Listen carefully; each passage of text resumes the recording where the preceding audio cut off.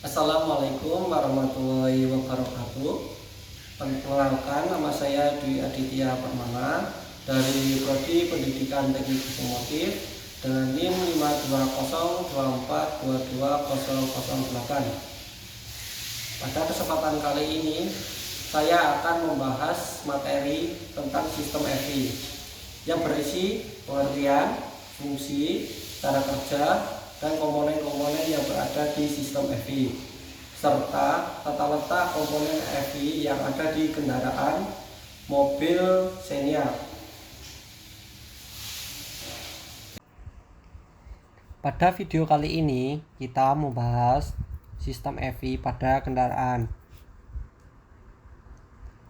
Sebelum itu, tujuan pada video ini adalah untuk yang pertama, menjelaskan pengertian sistem EVI, yang kedua, menjelaskan fungsi sistem EVI, yang ketiga, mengetahui komponen-komponen sistem EVI, yang keempat, mengetahui cara kerja sistem EVI, dan yang kelima, mengetahui letak komponen EVI pada mobil. Selanjutnya ada pengertian. Apa sih sistem EVI itu? Sistem EVI adalah pengontrolan secara elektronik untuk memperlakukan penyemprotan bahan bakar atau sistem elektronik penghasil campuran bahan bakar dengan udara secara ideal. Yang selanjutnya ada fungsi. Fuel injection bertugas untuk memastikan proses pengolahan bahan bakar berjalan secara sempurna. Campuran udara dan bahan bakar mobil tentu harus selalu dalam takaran yang tepat. Jika salah, maka resiko mobil rusak atau loyo mungkin saja terjadi. Yang selanjutnya ada komponen-komponen pada sistem EVI. Yang pertama ada fuel tank. Apa sih fungsi dari fuel tank itu? Fuel tank berfungsi untuk menampung bahan bakar baik yang akan digunakan ketika mesin hidup maupun mesin mati. Letak pada fuel tank ini terletak pada di bawah kendaraan. Yang selanjutnya ada fuel pump. Fuel pump berfungsi untuk memompa bahan bakar dari tangki ke mesin kendaraan agar dapat diolah dan digunakan dalam proses pembakaran. Yang selanjutnya ada pressure regulator. Fuel pressure regulator berfungsi sebagai pengatur tekanan bahan bakar dalam sistem injeksi atau EVI. Tekanan bahan bakar ini dari delivery pipe menekan diafragma, kemudian membuka katup. Sebagian bahan bakar kemudian ke tangki melalui pipa pembalik. Jumlah bahan bakar yang kembali ditentukan oleh tingkat ketegangan pegas diafragma dan variasi tekanan bahan bakar sesuai dengan volume bahan bakar yang kembali. Yang selanjutnya ada cold start injector. Cold start injector berfungsi untuk memperbaiki starting atau menghidupkan mobil pertama kali ketika mobil dalam kondisi dingin dengan cara menginjeksikan bahan bakar ke dalam intake chamber ketika temperatur air pendingin masih rendah atau dingin dengan tujuan untuk memperbaiki kemampuan mesin. Yang selanjutnya ada delivery pipe. Nah, delivery pipe ini adalah pipa yang terletak di ujung saluran bensin, fungsinya untuk menampung bensin yang dipompa oleh fuel pump. Yang selanjutnya ada injektor. Nah, injektor ini berfungsi untuk mengeluarkan bensin dari dalam delivery pipe dengan komposisi yang pas. Injektor bekerja menggunakan sebuah solenoid untuk mengatur banyaknya bahan bakar yang akan diinjeksikan dengan mengatur lamanya waktu penginjeksian pada cold start injector. Apabila sinyal dari ECU diterima oleh koil solenoid, plunger tertarik melawan tegangan pegas. Needle valve dan plunger merupakan satu unit, maka valve juga tertarik dari dudukan bahan bakar yang akan diinjeksikan melalui ujung injektor. Yang selanjutnya ada komponen-komponen di dalam injektor. Yang pertama ada plunger. Nah, plunger ini berfungsi sebagai pengatur volume bahan bakar yang diinjeksikan sesuai dengan lamanya sinyal. Nah, sedangkan langkah needle valve tetap. Selanjutnya ada pegas. Nah, fungsi dari pegas ini adalah untuk mengatur tegangan bensin. Yang selanjutnya ada pipa bahan bakar. Nah, pipa bahan bakar ini berguna untuk menjadi tempat mengalirnya bahan bakar dari tangki menuju ke karburator. Komponen yang kedua pada sistem EV. Yang pertama ada TPS. TPS atau Throttle Position Sensor memiliki fungsi untuk mengatur dan menyeimbangkan bahan bakar pada mesin kendaraan. Posisinya menyatu dengan bodi throttle yang terhubung langsung dengan katup pegas. Yang selanjutnya ada EV ECU. Nah, agar EV bekerja lebih sempurna, ECU menjadi komponen pendukungnya. Fungsi yang dimiliki ECU ialah mengolah data yang berasal dari komponen sensor, kemudian hasilnya akan ditransfer pada injeksi secara terbuka. Selanjutnya, sirkuit relay. Sirkuit relay adalah sebagai pengendali arus listrik yang mengalir ke relay, tidak dilakukan berdasarkan cara manual tetapi menggunakan sinyal listrik. Sinyal inilah yang akan mengontrol elektromagnetik untuk memutus atau menghubungkan arus listrik. Yang selanjutnya AFM atau Air Flow Meter. Air Flow Meter digunakan untuk mengukur jumlah udara yang masuk ke mesin kendaraan atau sistem lainnya. Nah, ini membuat pengoptimalan campuran udara dan bahan bakar dan memastikan efisiensi pembakaran serta mendukung kinerja mesin yang lebih baik dalam berkendara. Selanjutnya ada WTS.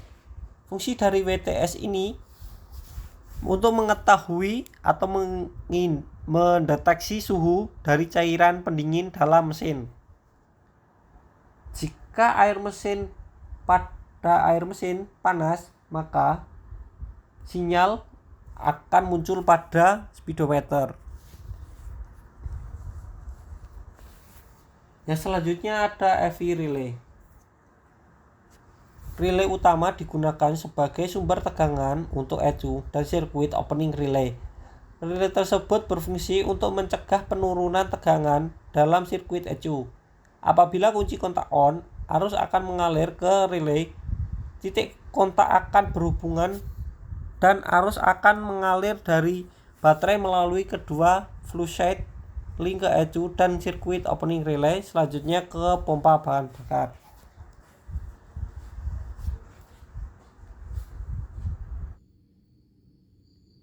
Cara kerja sistem EV. Cara kerja sistem EV.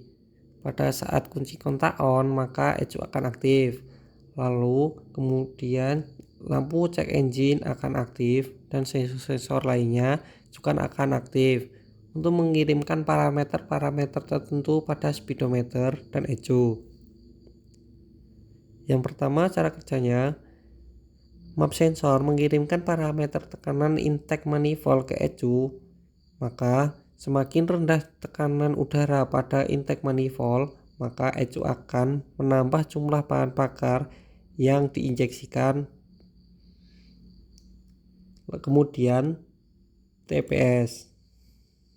Nah, TPS ini mengirimkan parameter posisi bukaan katup throttle position sensor atau katup gas Semakin lebar bukaan katup throttle, maka ECU akan menambah jumlah bahan bakar yang diinjeksikan ke mesin. Kemudian ada IAT, yaitu mendeteksi suhu udara yang masuk ke mesin. Semakin rendah suhu, maka ECU akan menambah jumlah bahan bakar yang diinjeksikan pada mesin. Selanjutnya WTS akan mengirimkan parameter suhu mesin ke ECU. Semakin rendah suhu, maka semakin banyak juga bahan bakar yang disemprotkan ke injektor. Saat posisi kunci kontak start, maka sinyal itu akan masuk ke ECU, sehingga pompa bahan bakar akan aktif. Pompa bahan bakar akan menekan dan mengalirkan bahan bakar dengan tekanan tinggi.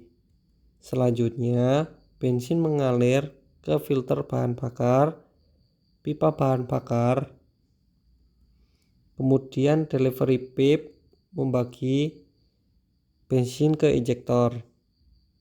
Saat mesin berputar, CKP mengirimkan parameter putaran mesin dan posisi crankshaft ke ECU. Dan saat ECU mengetahui terlebih putaran, maka ECU akan mengirimkan sinyal ke injeksi untuk menyemprotkan bahan bakar sesuai dengan parameter yang didapat dari beberapa sensor.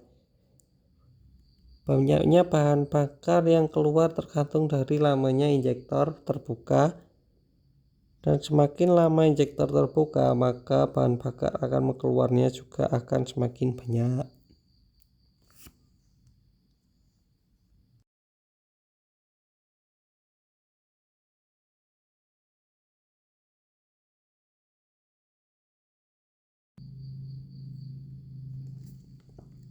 Pada saat mesin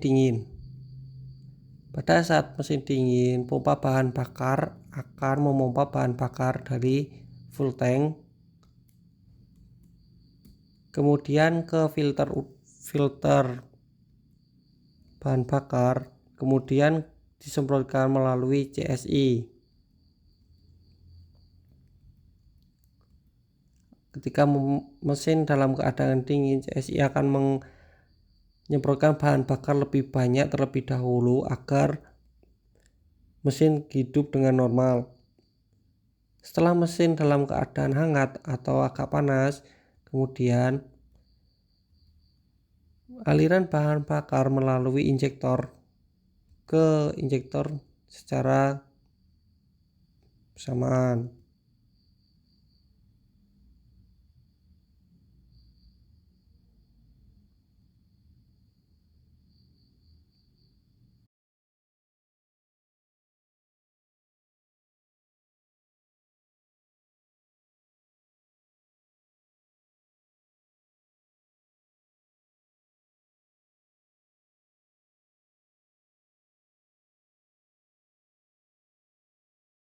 Kerja injektor pada mesin.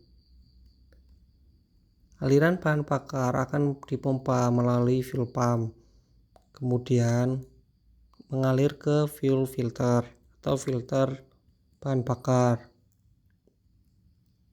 Selanjutnya mengalir ke injektor. Nah, injektor ini akan menyemprotkan bahan bakar ketika udara masuk dan katup in membuka. Kemudian campuran bahan bakar dan udara akan masuk ke dalam ruang bakar. Nah, ini disebut dengan langkah hisap. Kemudian apabila campuran bahan bakar dan udara masuk ke dalam ruang bakar, maka katup in akan tertutup, kemudian piston akan naik. Nah, kemudian akan terjadi langkah kompresi dan juga ledakan. Selanjutnya, langkah piston akan turun yang disebut dengan langkah usaha. Yang selanjutnya Piston bergerak menuju ke atas disebut dengan langkah buang, untuk membuang dari hasil pembakaran dari bahan bakar dan udara yang telah dikompresikan.